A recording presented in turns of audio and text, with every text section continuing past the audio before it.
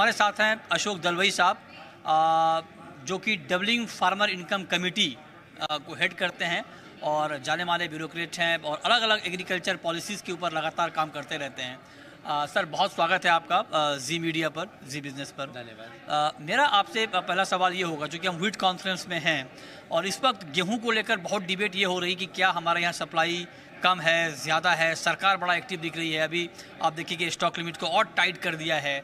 तो आपके हिसाब से ग्रेन के मोर्चे पर और स्पेशली व्हीट के मोर्चे पर हम इस वक्त हैं कहाँ? वीट तो पिछले 10 साल से या विशेषकर 20 साल से एक स्टेबिलिटी है एरिया में। फिर भी हमारा प्रोडक्शन या सप्लाई जो चाहिए देश के लिए उतना तो हम दे पा रहे हैं। इसका मतलब क्या है कि प्रोडक्टिविटी में बढ़ोतरी हो रही है। 30 साल पहले लगभग हमारा पर हेक्टेयर का यील्ड था 26 टू 27 क्विंटल, मतलब 2.7 टन था। अब तो 3.66 टन बन गया है। जो डिस्कशन होता रहा है कि या सप्लाई इतना है क्या नहीं, इसके लिए भारत गवर्नमेंट ने क्या किया है, अभी एक नया सिस्टम को डेवलप कर रहा है।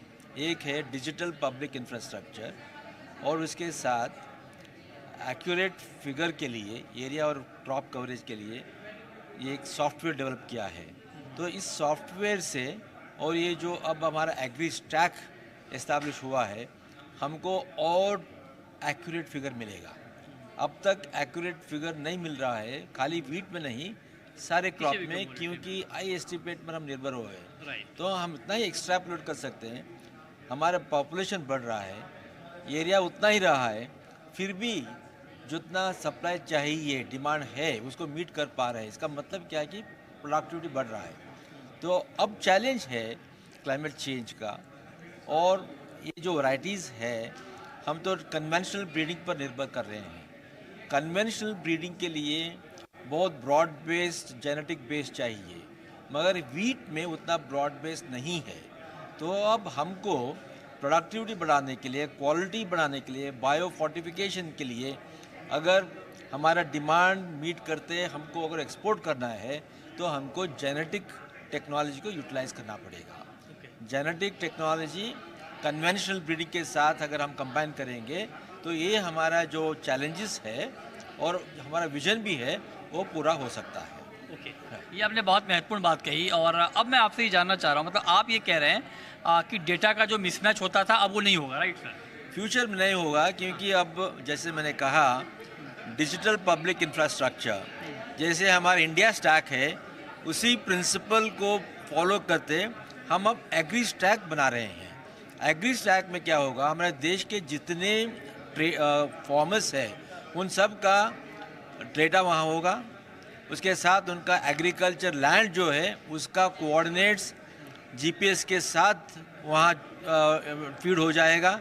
तो अब हमको पता चलेगा कितना एक्चुअल फार्मर्स है और कितना हमारा ये भौगोलिक प्रदेश है। तरीका भी हमारे साथ हमारे पास है, जिसका इस्तेमाल करके हम यील्ड को बढ़ा सकते हैं, और जीएम का इस्तेमाल आखिरी विकल्प होना चाहिए, ना कि फर्स्ट विकल्प। नहीं, मैं भी मानता हूँ। ये तो ब्लैंकेट एप्लीकेशन नहीं होनी चाहिए। जैसे मैंने कहा, वीट में हमको बहुत ज़रूरी है कि हमारा वीट प्रोडक्शन बढ़े, या यस, ऑयल सीड में ज़रूरी नहीं है, मान लीजिए। तो जहाँ ज़रूरी है वहाँ हम इस्तेमाल कर सकते हैं। वीट, पैडी और सीरियल जो जैसे मिलेट्स है, कॉर्न है, ये तो हमारा फूड सिक्योरिटी का एक मुख्य अंग है। ये तो सप्लीमेंट्री नहीं है। कार्बोहाइड्रेट तो बहुत इम्पोर्टेंट ज़रूरी है।